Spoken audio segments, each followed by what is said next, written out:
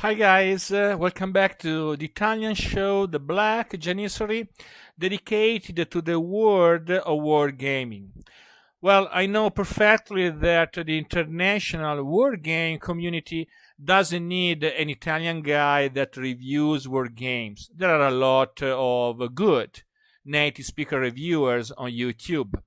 But I sometimes like shooting a video to give a few opinions about the old school war games like those produced by the legendary company SPI and compare them to the new proposals coming from other producers.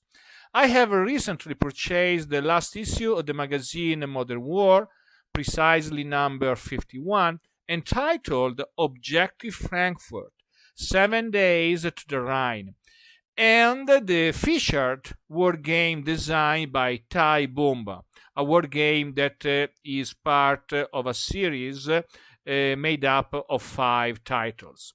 That game let me think about an old SPI production designed by Jim Dunnigan, exactly Fulda Gap. I used to play hypothetical simulation about the Cold War, but I have not been playing a war game about that period for several years. Both Fulda Gap and Objective Frankfurt simulate the first days of fighting along the border area of West Germany had the Soviet Union decided to attack in the early 1980s. Before comparing the two war games, let's analyze quickly the historical period and the original Soviet plan.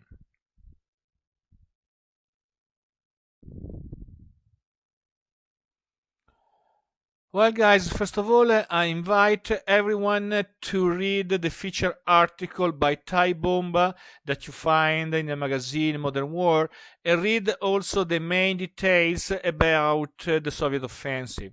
It was very interesting to know details about a conference hosted by the US Secretary of Defense dealing with the experiences of two Wehrmacht generals of World War II. These 4 images try to sum up the Soviet offensive together with another image coming from the magazine. In these 4 images, you can see the 4 main directions of the Soviet army, the main armored vehicles and the helicopters that the Soviets wanted to use, and also a second attempt or a further attempt after seizing West Germany to conquer also France.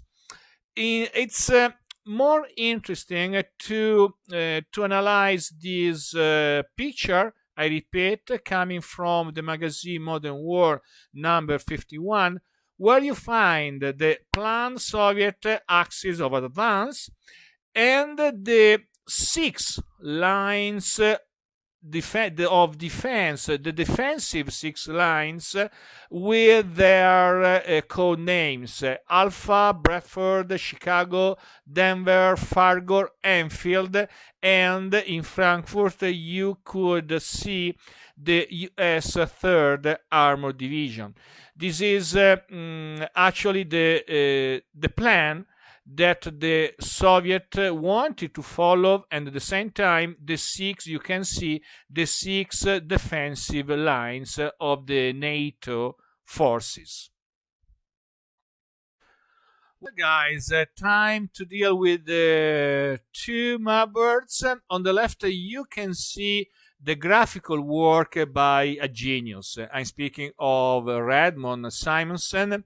Well, please remember that Fulda Gap was created in 1977, but in spite of that, we can affirm that the final motherboard is really good.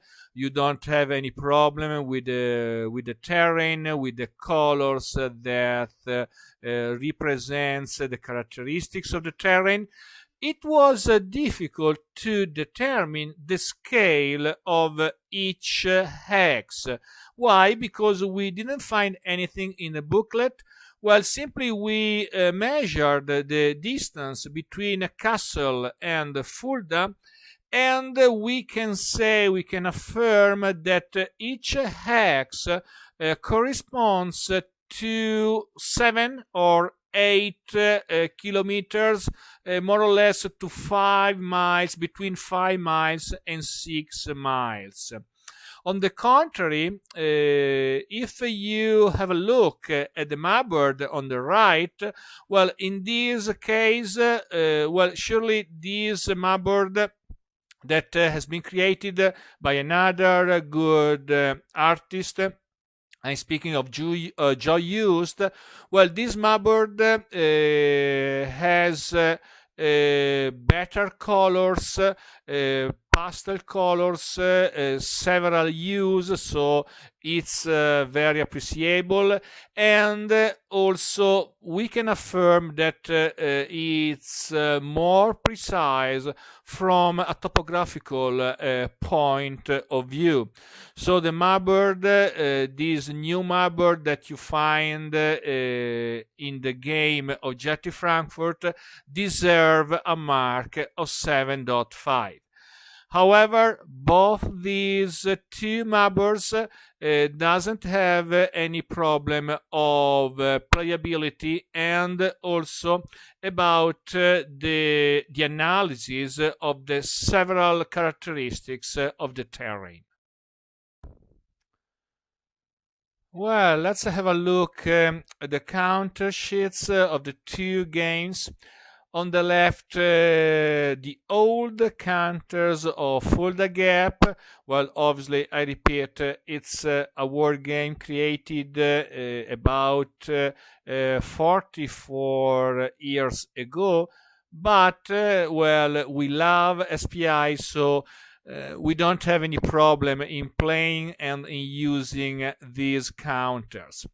Obviously, the new counters that are attached with Objective Frankfurt, well, have better colors. I like these red colors used as regards to the Soviet army, and also it's very good. This hue of green used for the NATO forces. So obviously the new counters are better, but I repeat, we love SPI, so I think that the experienced wargamer doesn't have any problem in using also the old counters produced by the SPI. Obviously, the mark that we place for Objective Frankfurt is slightly better. Well, what about the booklets? Well, both the booklets passed the exam. Fulda Gap manual is made up of 16 pages, well written, and I'd say also well organized. There is a basic section and an advanced one. The final commentary page closes the manual. The final commentary page is by Jim Dunnigan, I imagine. We can place the same positive assessment as regards Objective Munich. It's composed of 16 pages too, no problem of comprehension. Whether you want to make a criticism, it would be better just from the first pages of the rules having the setup and the victory condition. But in spite of these little cons, we can place a mark of 7.5 out of 10 for these two manuals. By considering the charts and tables belonging to these two war games, well, I can say that the charts and tables in Fulda Gap are really better than Objective Frankfurt. You find an attempt of the designer to use a peculiar table for each combat situation. You can see the overrun combat results table and the combat result table. Please don't forget the untry unit table, a tool that helps the players to determine the strength of each unit. On the contrary, you find a simple combat results table in Objective Frankfurt, and also another table that you cannot see now on the display as regards the terrain. But all in all, also by considering the really very good turn record reinforcement track that you find inside the box of Fulda Gap, well, I think that Fulda Gap deserves a mark of 8 for its tables, for its chosen tables. On the contrary, the designer, or better, the publisher, could do a little better as regards the chosen tables belonging to Objective Frankfurt. Well, we should say also something about the sequence, the turn sequence. On the left, you find a traditional sequence, and it's part also of Fulda Gap: initial movement phase, second step combat phase, then a secondary movement phase where the Soviet player can move again, and then a final reorganization phase where the Soviet player may place some improved positions to defend the new conquered terrain. Then the NATO player turn could follow the same steps. On the other side, as regards the turn sequence that you find in Objective Frankfurt, well, beyond the air superiority phase and the electronic warfare phase, please remember that these rules in Fulda Gap are optional, and my suggestion is to use these two rules after having learned the basic mechanics of Fulda Gap. But Thai Bomba tries to change the traditional sequence of play by introducing an alternative, or better, during the Warsaw Pact turn, the player could decide to move before fighting, or vice versa. So when the player move in the first phase, well, he could obviously in the second phase the player has to combat. What's the difference?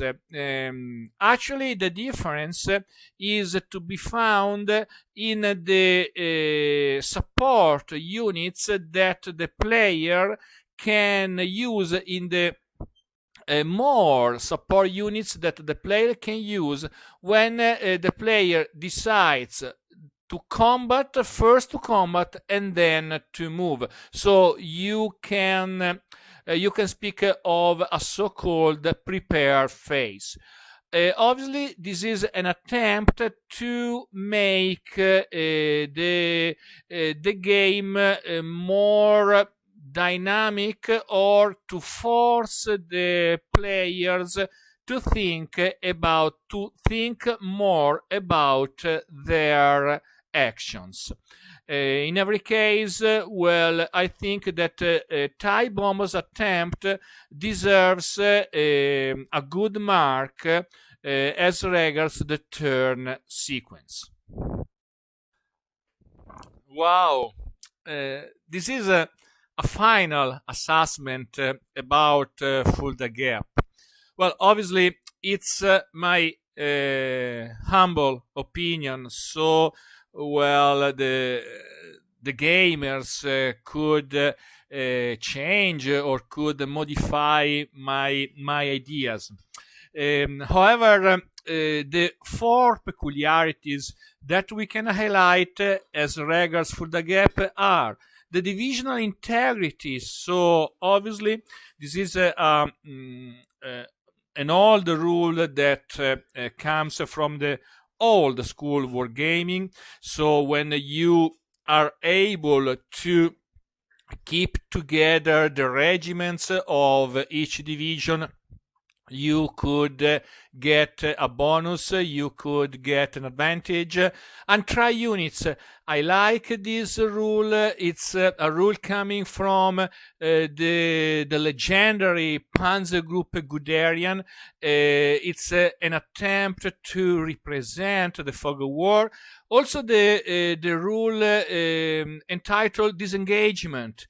This possibility that, well, obviously, that the NATO units have to retreat by using a unit, a cover unit. So it's a very good idea about the way to represent the modern conflict. And also the Soviet doctrine is an attempt. Jim Dunnigan tries to oblige the Soviet army to push more and more without stopping. If you will have the luck to buy and to try to test this word game, you will discover that the Soviet doctrine, this rule, fits perfectly, also by considering the article by Tai Bomba, fits perfectly the Soviet offensive. And all in all, by summarize everything, well, realism and playability, well, my mark is pretty high, but I'd place 7.5. On the contrary, or by considering our young system by Tai Bomba, well, you find other interesting peculiarities, characteristics. Well, please remember that the two players during the game can, when they have to activate their units, they can move and fight, or vice versa. So one phase you decide to move, one phase you decide to fight, or the players can decide to fight before moving. Obviously, when the player decides to fight and move, well, he can use more positive modifiers that are coming from more artillery and more support units. Also, I appreciated a lot also the rule about the heliborne units. You have these units that can go everywhere on the mapboard, and these units can represent a serious menace for the NATO forces. Refugees. Well, these refugees are mentioned also in the old war game Fulda Gap, but Tai Bomba dedicated a complete rule to the problems that can cause the long lines of refugees that try to escape from the Soviet assault. Also, Tai Bomba in his system uses the so-called rule momentum, that is a sort of second attack if that above all allows the Soviet player to move a little more, to advance a little more. In every case, by considering also the advanced rules and the supplementary rules that we found in the old Fulda Gap, by considering realism and playability, well, my mark is a good 7. Well, guys, obviously there is a final surprise, and the winner is, well, if you add all the marks that I placed for each work game, well, you will discover that the sum is 43 for each word game. So it's a draw. I'm very happy about this result because even if these two word games are different as regards, I think, the designers' aims, well, I think that both deserve your attention.